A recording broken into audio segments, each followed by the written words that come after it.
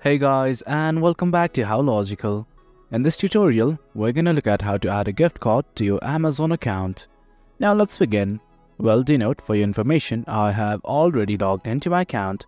In case you have not, to log in. It is quite easy. Well, let's simply try to add a gift card. At the top right next to Returns and Orders in the navbar, you'll see something like Accounts and List. Simply click on it. Then you will be redirected to this page. Well, right here, under this Your Account section, you can find lots of options you can choose around from. But right now, we're only gonna look at the gift card section. I'm gonna click on it right now. Once you click on it, you will be redirected to a page like this. Well, initially, you can see that my gift card balance is $0.